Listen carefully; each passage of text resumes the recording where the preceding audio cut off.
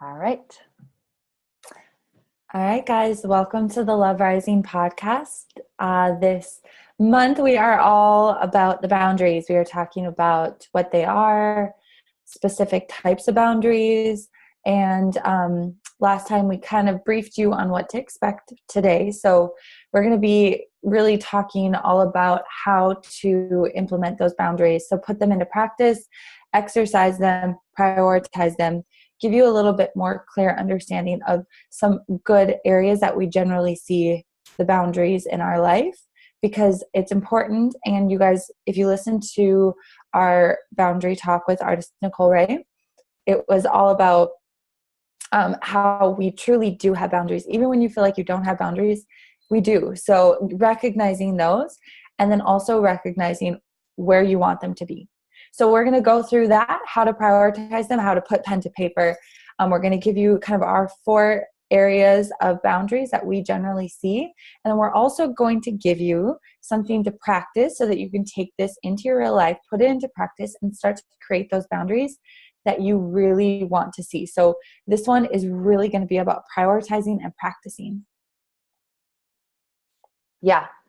This is really about the how, I guess. We've talked a lot about the why and the exploration, but this episode is more about the how do you do it? How do you actually take action and implement boundaries and prioritize them? So we thought that the word prioritize really goes hand in hand with boundaries, because we can say we want boundaries. We can say, I want to go to bed every night at 9. I want to make sure I'm reading personal development books 1 a month. We can make these general statements, but if we don't prioritize them, if we don't actually take the time, for example, out of our schedule to read those books, or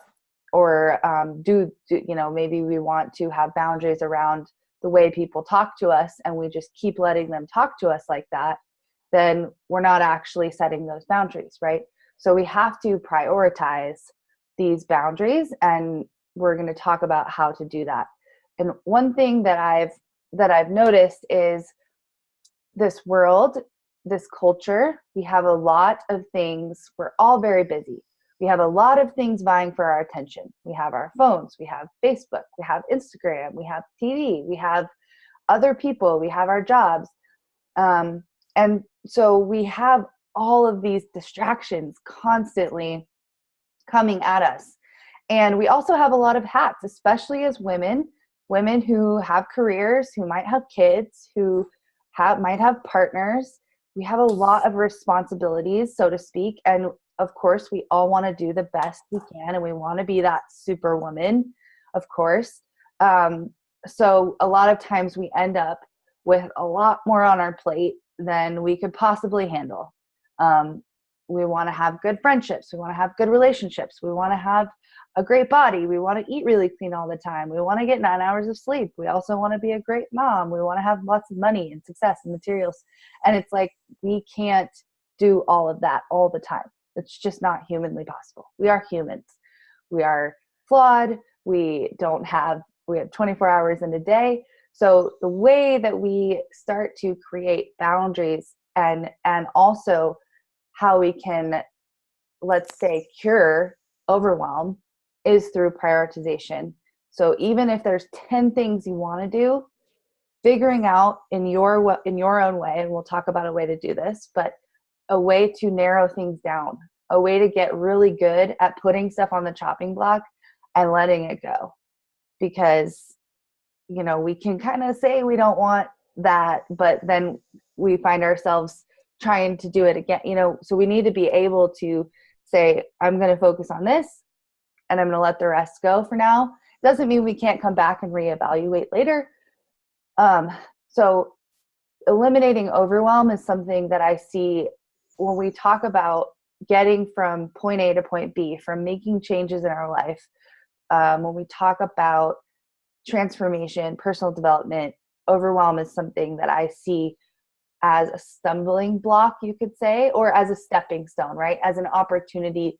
When we can figure out what to do with overwhelm, we are like we have this huge opportunity to move forward, because when we know, oh my gosh, when we bring awareness, oh my gosh, I'm feeling overwhelmed, I need to chop some things off, I need to make some priorities, and I know exactly how to do that, then it's like, I mean, imagine that, right? Imagine that if you're a person who feels overwhelmed a lot of the time, if you were able to figure out what to do with that, right? To actually take action in a way through the overwhelm and know how to handle it.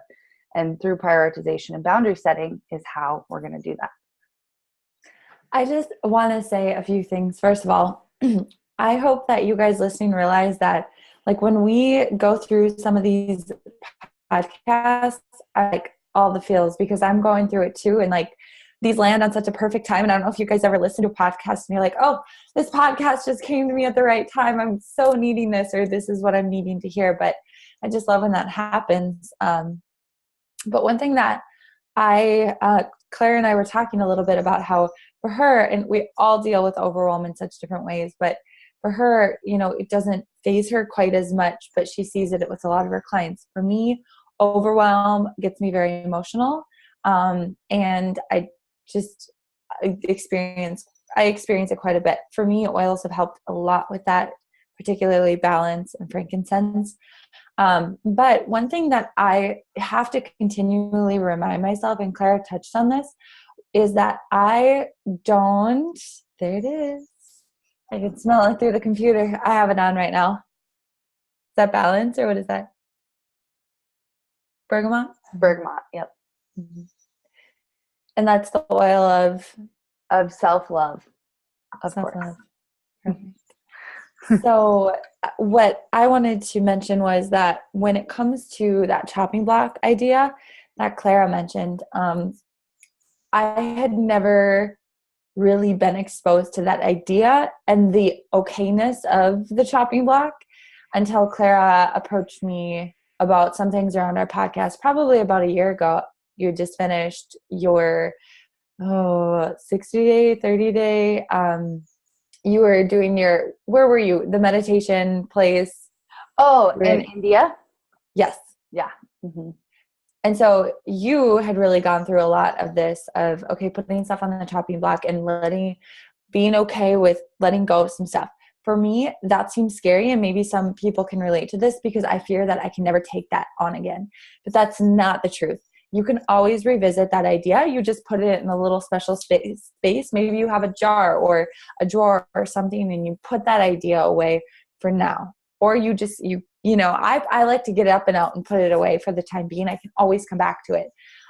Just remember that. So as we talk about this chopping block idea and being okay with putting something away so that you can more wholly show up for these different tasks in your life that are number one on your priority list. That's something important to remember, that you can't spread yourself. So I like to imagine spreading myself too thin and then kind of half-assing all these projects and all these tasks and roles in my life, or I can show up 100% for a few less, get those done, and then start to introduce another one when I feel like I am ready to show up for another task I have the time and the space to do that, because I think it's really scary to let go of things. But then what happens when we only show up 25% for them, or we only do kind of a half-ass job, So that allows you to kind of become more okay with. Right now, it's not forever saying no, but right now I'm saying no to those things and I'm saying yes to these so I can show up 100%. So hopefully that makes a little bit more sense. Do you have anything to add to that? Yeah, I think a visual that I always think of is a beam of light.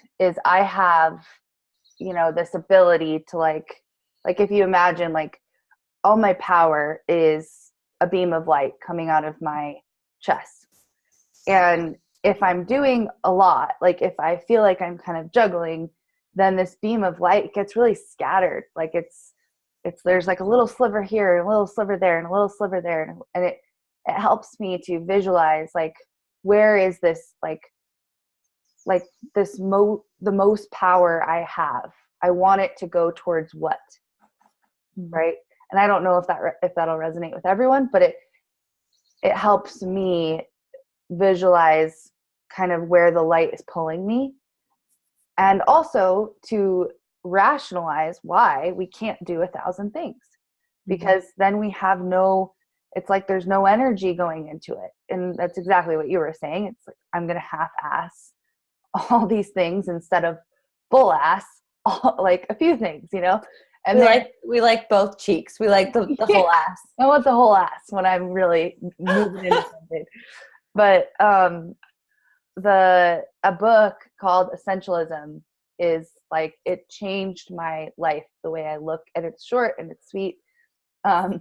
Just as far as like how to prioritize and how much more power we have when we do, because that's something I learned. And I also learned this lesson over and over again, still do, that it's like, oh my gosh, when I put stuff on the chopping block intentionally, when I really think about where do I want this beam of light to be the most powerful, and then I actually take action towards that, things happen so much easier. There's more alignment. I have more energy. I have more creative power. When you're just stretched thin, and that's a great visual too, when you're stretched thin, you don't have that power behind stuff, and it becomes really hard, and nothing's easy. And it's in the same way that rest is productive, right? We a lot of times think, but if I don't do all these things, I'm not productive. Well, if you rest, think about how much, people like Isaac Newton came up with the idea of gravity when he was resting. There's so many examples of these like massive shifts in human thought, and they all came to people while they were not thinking about it. So you have to like let yourself have space to create those really, really big things. Yeah, there's a couple things also that I wanted to add. I love that visualization of the light, because that was a really big eye opener for me. My girlfriend said, you have all these beams of light going out everywhere, but you just want one. And it's like, for me, it's like straight out of the top of my head, right? Connected to the higher power. And so it's like, how can I start to eliminate those lights? And it's not this idea of giving up, but it's this idea of being more intentional. So taking those beams of light and being more intentional with where they shine, where I put my energy, not necessarily like I'm giving up and I'm done. I'm giving up and I'm done. So shift your mindset. If you feel like, oh, well, if I let go of that, then I'm just giving up. That is not what's happening. Give yourself some more respect, because that's more intentional and it's more mature to eliminate things that don't serve you, and then put more energy into the one higher power light. Okay, so there are a few areas that we really need to set boundaries. And of course, these are kind of clumped together in a lot of different ways. So we'll try and explain them as best as we can. But basically, we're looking at a little bit like physically, time-wise, energetically, financially. So when we talk on a physical level. I was going to add, if there's something in your life that is your life specific, that does not fall into one of these categories where you're like, I need boundaries, add it, because this is just a framework. It's not set in stone. So just wanted to put that in there. Such a good point. Yes. Yeah.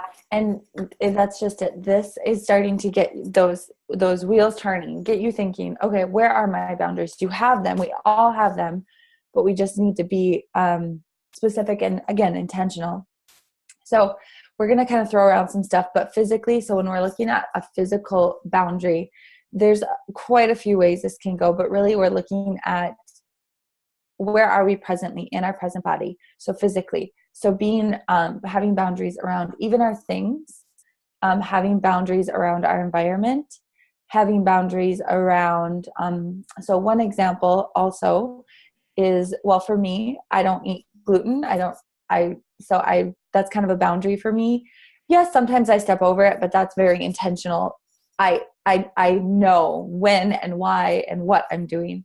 So it's getting clear on those boundaries so that I know when I can step in and out of line. And so another example also that might resonate with some of our listeners is, one of my friends is a movie producer. And so we talk a lot about how to set kind of these boundaries within work, because for her, work and play kind of mingle a lot. So for her to be productive and things like that, even though she has, maybe launch parties and release parties in the middle of the week, and it's difficult for her to really set boundaries around, okay, what am I eating and what am I okay with putting in my body? And then also, how many drinks am I okay with socializing during the middle of the week, so that I'm still able to socialize, enjoy, but wake up the next day, get my workout in, get my personal development time in, and still get my work. So it's getting clear on what those kind of boundaries look like as well. Yeah. Yeah, I think we talked about with artist Nicole Ray, that boundaries are just getting to know yourself better. Mm-hmm. So that goes with this, right? I don't want to repeat that too much, but that's that example of your friend, the movie producer, is great, because it's like, oh, I know, for me personally, I barely drink. And when I do have a glass of wine or something, it's like, I feel it the next day. Like, I'm not one of those people that could drink 2 drinks every night and be fine, And so, but for her, that boundary works. So it's just important to realize that people's boundaries can be very different, obviously, because we're all very different people. And then one more thing I'd like to say on physical is, I'm a Taurus. I don't know if that means anything to anyone, but it's I really like things. It's something I've had to embrace about myself. I like nice things. And so I I don't want to be super crazy about don't touch my stuff, but I do know that there are certain things that I really value that for better, for worse, I have attachments to, so to speak. And I don't want them, down in my house where the public might come in, right? So I might have them up in my bedroom.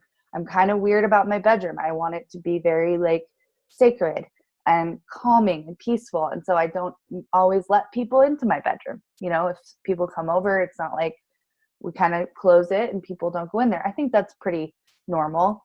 And so there's those kind of boundaries too. And again, that's knowing myself, right? That's knowing myself and embracing myself for who I am, that I have this kind of physical boundary of space. This is the space where I have privacy and, that's sacred. My bedroom's right there. That's why I'm pointing over there. And so knowing those things. Another thing that came up that we didn't chat about, but is our physical bodies. Do we like people to touch us? Do we like hugs? Do we and maybe if we've had any sort of, sexual assault or something, I'm a victim of that. And so it takes me a while to, if I'm in a certain mood, it might not be the right time to touch me, even with my own husband, it might not be. So it's I have to know those things and communicate those things. And our physical bodies can be another source that we might be getting our boundaries stepped on over and over again if we're not really clear on, when I feel this way, you shouldn't do that to me, or I don't like it when you come up behind me in the kitchen and I didn't hear you, and then you hug me even though it's meant to be nice. Gets me worked up. So physical body also, how do you like people to touch you? Maybe you're a hugger, maybe you're not a hugger, maybe all those things, knowing those about yourself and then upholding them. Yeah. Yeah, I like those. And so the next one is kind of more on time. And so this one is interesting because we're talking about prioritizing. And so setting time and being very intentional with our time and setting boundaries around our time. And that's why I am super flabbergasted when a lot of my clients come to me and they don't have a calendar that they use. I think it can be a powerful practice to start using a calendar, because you can get really clear and you can say, okay, my mornings, I devote half an hour to me time. That is my boundary. That is what I do in the morning. Then I go and work out for an hour. That is my boundary. So kind of getting clear on those. But if it's in your calendar, commit to it. So that's another thing. So when it's on your calendar, it's like a doctor's appointment that you've been waiting 6 months to get. You wouldn't just cancel it because somebody called or, or somebody said they needed you. It's you commit to that, commit to yourself. Another thing that we are going to riff a little bit on, but are the idea of energy vampires, which we've talked about before, but just to be clear about what those are, in my eyes, are energy vampires are people that, so when we talk about like vibration, energetic vibration, you experience two different kinds of people. One, when you leave the presence of another person, you feel inspired, you feel uplifted, you feel energized, you feel excited, you feel happy, you feel loved, all of these things. Those are the type of people you want to fill your life with. You want to spend your time with, right? Because you want to. It's attractive. And then you have other people who maybe you go, they call and you just cannot get yourself to answer the phone, or they want to grab coffee and it's like you drag it out. Or if you run into them, you walk away and you feel heavy and drained and tired and kind of mopey and sad. Those are those energy vampires. Unfortunately, sometimes the people that are in our lives as energy vampires are maybe family or people we work closely with. So sometimes we don't necessarily always have the option, but be very aware of who they are. So being aware of who those people are. And then when you do kind of understand and pinpoint the people in your life who might be energy vampires, you are specific about how much time and interaction you have with them. Or here is another thing that I want to share with you. And this is a scary, but as we've talked about a few times over the last few weeks, choose comfort. What is it? Choose discomfort over resentment. Over what? Over resentment. So yeah. And is that Brene Brown kind of extended from that? Yes, it's Brene Brown. Mm-hmm. So it's this idea of sometimes we have to have those conversations that are difficult, or we just need to set up the distance boundaries if people don't serve us very well. So I always like to remind my people, my clients, my peeps, that it is okay to love from a distance. Obviously, it's easier if they don't live close to you, but sometimes they do. So I want you guys to be okay with loving from a distance. And so that's simply knowing that that person doesn't serve me. They don't bring light and love and joy into my life. So I choose to send them love, but from a distance. I don't need to be in their space. They don't need to be in mine. And it doesn't mean that I will never be there for them if they need me. And it doesn't mean that I don't love them. But it serves my highest good and their highest good to more send them love from a distance and let that be what it is. Another thing that is important to touch on is saying yes, yes, yes, yes, yes. And we talked about this with Nicole Ray, but saying yes to things only that serve us and being clear about what those boundaries look like. And so kind of starting to say no to things that you don't want to say yes to. Or if you're going to say sure, or maybe, or I'll think about it, say hell no. That is a no. There's no questions. That should just be your no. So maybe, Claire, you can riff on a couple of those things. Yeah, I love that you brought up calendaring. And I just, even if you don't, maybe you don't work, you're a stay-at-home mom. I mean, if you're a stay-at-home mom, I hope you have a calendar because you probably are juggling so many things. But yeah, even if you feel like you don't need a calendar, get a calendar and start writing in appointments. Not only does it organize you and it creates boundaries with your time, it also you'll get more things done. Like if you feel overwhelmed and you don't have a calendar and you feel like you have all these things you want to do, maybe you want to go hiking this summer and you also want to go camping and you want to go visit your in-laws and you wanted to go watch that game in LA, like those things, I always say, if we don't plan it, doesn't happen. Like my whole family I might be an over planner, but my family definitely knows that if I say I'm going to do something, I will do it. I will find the time. Like I will schedule it out months in advance if I have to. And that's how I get to do so many awesome things. And I don't know how I don't know how things come to fruition if they don't get planned. And you don't have to like obsessively plan every detail, but just blocking stuff off in a calendar. I'm going to be in Tahoe these weeks, or I'm going to go visit my friend this weekend, and it's written in so that you have it. And then the other thing is if you're not if you're not a coach or you don't have like work appointments, but even like a phone call with a friend, let's say you've been meaning to catch up with a friend and you are super busy, as we all are, and then you give yourself an hour, right? You put it in your schedule. You say, I'm going to talk to so-and-so today. And you give yourself an hour. Stick to that hour. Like if you're having a wonderful conversation and you're just, loving it, then of course, and you have the time. But something that I really had to rein in when I first started working one-on-one with clients was they would pay for 50 minutes and I would go for 2 hours. It was crazy. It would happen all the time. And I was, how do people, how do people do this? Like rein in the time. So I think respecting your time blocks is so empowering, and being aware of the time when you're with someone, not like totally distracted by it, but like, okay, it's been 30 minutes. All right, now I know, so I can kind of wrap up the session.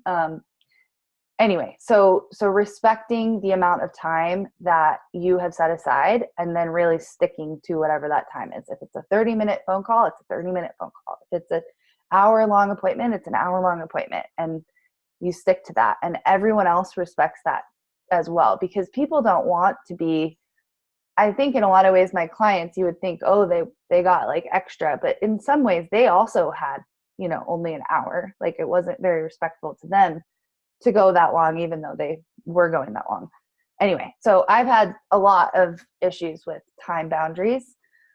So it's something that I'm constantly working on as well. But the more I respect time as a friend and something that works with me, then the more like I can do, the more easy it is, the more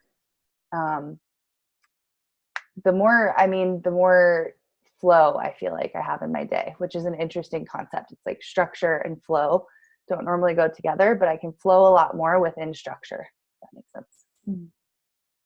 I love that. That is so good. Mm-hmm. Do you have 2-hour appointments with people? No. That are supposed to be an hour? You're better at it. Yeah. You're like, no, not my problem. But I feel like right when I started, I'm sure I did. Yeah, I think it is. We've talked about this. Like Kylie's early for everything. She's definitely on time. Like it's great. There's like some time boundaries that you have that I don't, right? Because I'm a little bit late for everything, and I'm always kind of like trying to fit another thing in, and I don't always respect time the way that I should. And so that comes off in like having 2-hour sessions or, being a little bit late for things all the time. Mm-hmm. Mm-hmm. So energetically, I feel like maybe we kind of touched on it with the energy vampires. It kind of flip-flops through here. So time-wise, maybe more would be like, where are you spending your time and with who people? And then energy kind of ties in there because we want to be protective and very respectful of our energetic vibration.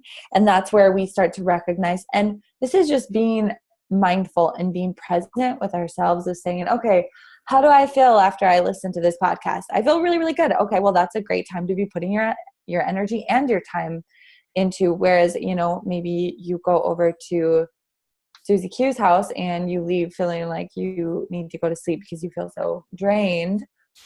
Maybe that's not a place you should be going and putting your energy or opening space up. So that's something important. And again, this also ties back to what we talked about, but thinking about the beams of light and then how we can respect our energy and not give up, but respect our energy and then make it flow a little bit more well to a place that serves us better.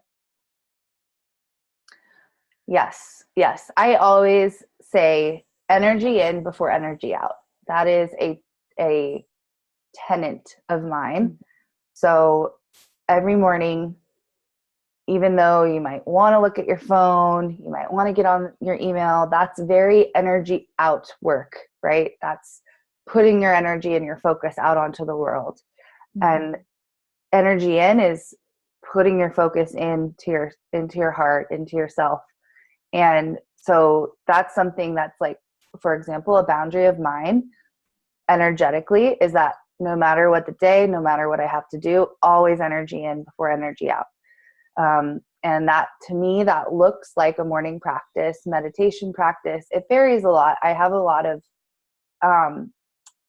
variation within my routine, but it always is some sort of internal practice. It might be chanting. It might be just straight up silent meditation. It might be a guided meditation. It might be journaling or something, but it's always this kind of internal energy, taking it in a little bit before I give it out.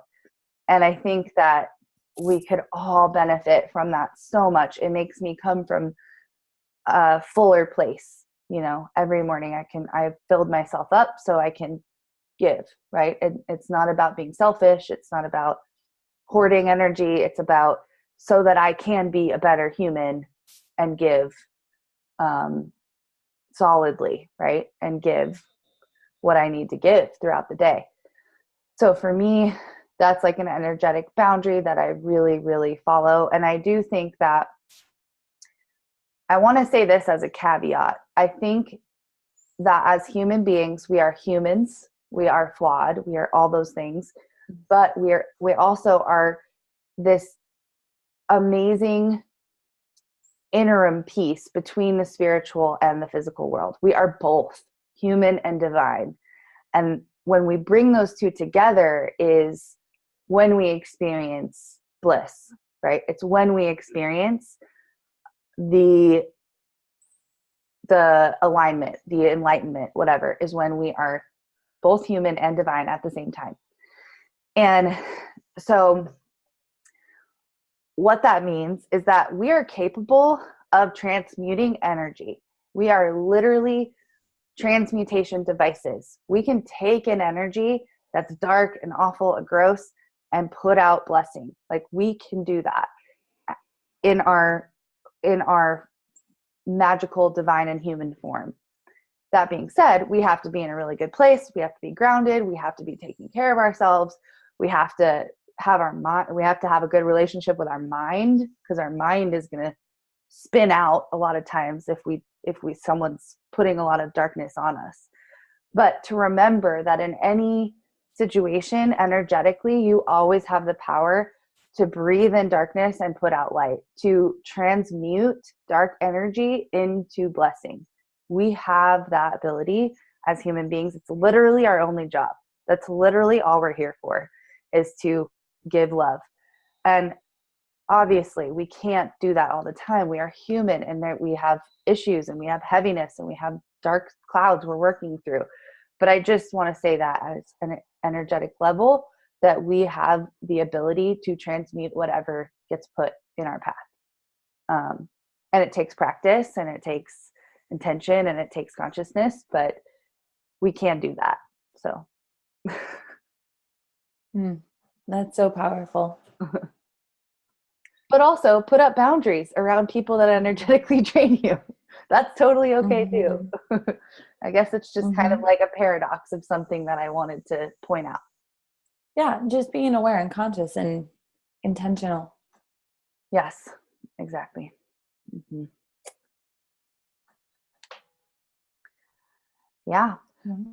So the last kind of area where we need boundaries, or a lot of people maybe struggle with setting intentional boundaries, is finances. This is something that, we may not be willing to look at. We may not be really excited to look at. Mm-hmm. We may feel really powerless around. And also we may feel like it's almost like a luxury to have a boundary around spending, right? That's what I see a lot in clients, is like, well, I need this, and I have these bills, and have this mortgage, and my kids need this. And so yes, we want to take all of that into account. And that is something, this could be a bigger exercise, but like, if you really find yourself struggling with the idea of boundaries financially, you could write down everything you need to buy every month, right? So from your electric bill to your car payment to groceries, and just get a good look at it. Just see what it is, that you absolutely need, or that, your lifestyle requires. And then how much you make. And then do you need to put some stuff on the chopping block? Do you need to prioritize some things? Maybe you don't need a cable subscription, right? Maybe you don't need the gym membership that you never use, or maybe you could go to a different gym that's cheaper, or, you know, you can start to make those boundaries after you kind of have a clear picture of like, what am I spending and why do I have zero boundaries around money? Mm-hmm. Another thing is, the cool thing about doing an exercise like that is you can actually, you know, we talked about chopping, but you can also allow yourself to share more and spend more. So maybe you're able to reward yourself with a more expensive gym membership. So maybe you've been just doing like a Anytime Fitness and you want to upgrade to a CrossFit. Well, you do have the boundaries and the space to do that. Or maybe you have the financial abundance to give, or even if it's $1 every month, you know, like getting clear on what those boundaries do and what makes you feel good around money, whether it's chopping or giving or like a hybrid of both, and not hoarding and not like carelessly spending. That's where we begin to create those boundaries, and they don't need to be intimidating. They can be really enjoyable because maybe you find yourself saving more money after you set the boundaries, or maybe you find that you have more money to spend, and that's both are from a very exciting space. So creating those boundaries financially so that you can be, because of, again, finances, money is a responsibility. So bringing the responsibility through boundaries to the finances is important. Yeah. What are some examples of your financial boundaries? I'm just interested. Let's see. So my financial boundaries are, so going through the exercise, I always put aside how much I need. And then beyond that, we put away some for saving. And right now our financial boundaries are a little different just because we have a wedding coming up. And so my financial boundaries are a little bit more tied in just because I'm wanting to put that money towards little things for the wedding instead of, that's a great example of how it changes. It can change. Oh yeah. So versus like knowing that, we can just kind of hop over to San Diego for a long weekend this summer. We're probably, going to wrap that in and use it for some flowers and for some, meals and things. But yeah, so it does ebb and flow for sure. And so that's why I think recircling back to the financial boundaries is always important. I think my pretty like non-shifting boundaries would be knowing, okay, these are my prioritizing what bills come first. I have some debt, I'm trying to work that down. So that becomes a priority. And those boundaries don't change. They always stay the same per month. And then I have this wiggle room that I can flexibly change my boundaries around. Mm-hmm. Yeah. How about you? Yeah. So we did this trip where we traveled around the world for a year, and we had some pretty tight boundaries set on our spending because we needed to save a lot of money for that. And so then once we've gotten back, they've shifted a little bit. Now we're, remodeling stuff, we're getting settled in, we're buying a lot of furniture and like random things like that. And so now, it's like around what your priorities are. But in my business, I always give 10% of profits to different charitable organizations. I'm really into like socially conscious businesses. And so that's been written into my business plan forever. And then anything I make over $250,000 a year, hasn't happened yet, but it will, then I will give away as well. So I have some pretty like strict kind of social, I just feel like, no one, and this isn't a judgment if you do, but no one really needs more than $250,000 a year, especially if they have a husband that works too. And so, I've just made some value judgments around that and said, this is the most I will ever make. And anything else I make goes to something that I believe in, a cause or something like that. And so I love to give as much as I can. Like if I ever see anything on Facebook that's like, give to this cause, like I generally always give $5 or something, something super usable or doable. And yeah, I think I think my boundaries are also that I am very aware of my money. Where is it going? What's happening with it? What are my investments doing? That kind of stuff. And so that's kind of a boundary I've set with myself. Every month I go sit down with my accountant, aka my husband, and look through everything I spent, and just have okay, I spent this much on food and I spent this much on, and just having that awareness, right? We don't have a budget exactly, but it's there's an awareness of where all the money's going. That's really important. Yeah. So we are now going to share with you an exercise for actually setting these boundaries, getting clear on them, being intentional. So setting boundaries, I like to label this one, take no shit, give no shit. So those are your boundaries. So I want you guys to carve up some time. You can curl up with a little blankie or maybe in the sunshine since it's summer now, and pour yourself maybe a cup of tea, grab a pen, piece of paper. We're going to free write with these questions. But this is really going to help you kind of set boundaries in all areas of your life. So we're going to go over what those were again. So I want you guys to sit down, get clear on where you are saying yes in your life that brings you joy, love, abundance, happiness, creativity, motivation, energy. And then conversely, where are you saying yes? Or what types of things are you doing in your life that don't necessarily bring you those things?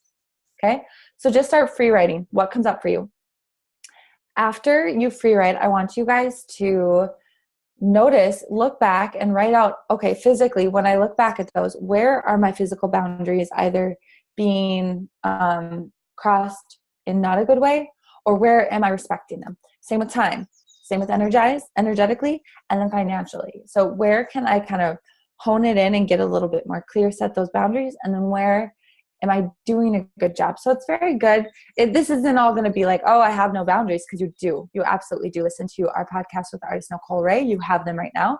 It's just a matter of if they're intentional and if they are lined up with your purpose. And then throughout the day, this is your third step. So first step, write, just free write what brings you joy, abundance, energy, love, all those good things, and what doesn't. Second, go through physical, time-wise, energetically, financially, and get clear on which are lacking and which are doing well, okay? Third step, be present and notice throughout the day where you are leaking energy and where you are doing pretty well. So what I like to do is I like to put an hourly reminder in my phone, and I just fill it with an affirmation to help me start to reframe my thought, where I take it from, I am terrible about boundaries, or my mindset's, oh, I have no boundaries. And then I take it from, I lovingly respect my boundaries. So there I'm stating I have boundaries and I lovingly respect them. So that pops up in my phone every single hour. And when I do that, maybe in my phone, I also just open up my little notes and I type in areas throughout my life that I notice, oh, you know what? This just happened and I noticed I didn't respect my boundary, or this just happened and I just realized that needs to be a boundary. So you start to have these realizations. And so I really like to do that for at least a day. It's almost as though you are a stranger and you're kind of watching yourself from the outside looking in, and you're watching how you are reacting to your boundaries and how you're actually living them. So those are kind of our action steps for getting clear and setting your boundaries. Yeah, awesome. And I want to say, with these practices, I think sometimes people feel like, oh, it's like a whole thing and like I just don't have time for that. Make time for it, because you will get so much it's like 5 therapy sessions to do something like this, and it will take you 20 minutes. Like, it won't take you that long. I mean, you can take longer with it if you want to make a whole thing of it and do it but it's crazy. I do this stuff once in a while, and a lot of times I might put it off for a long time. Like, I have the worksheet, I know I want to do it, but it's like, oh, I don't want to do it. And then you do it and it's 20 minutes and you're like, wow, that was so helpful. And so I want to encourage you, like, don't wait for the perfect time. Just get a piece of paper and go through, those 4 things, and just, what are your boundaries now? What are they not?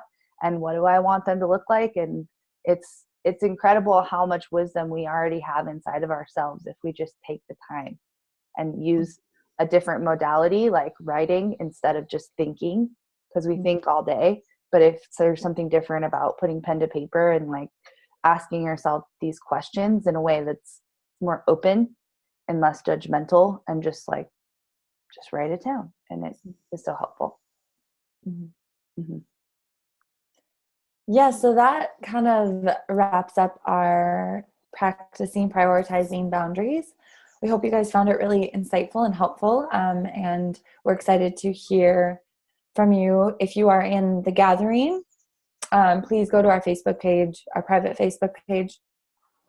Share with us what your discoveries are here. And then also, if you are not in the gathering, we would love to hear from you still. Maybe leave us a comment or leave us a little review about the boundaries episode. Let us know what you're thinking, what you're experiencing, and all that good stuff. Yes, I hope it was helpful.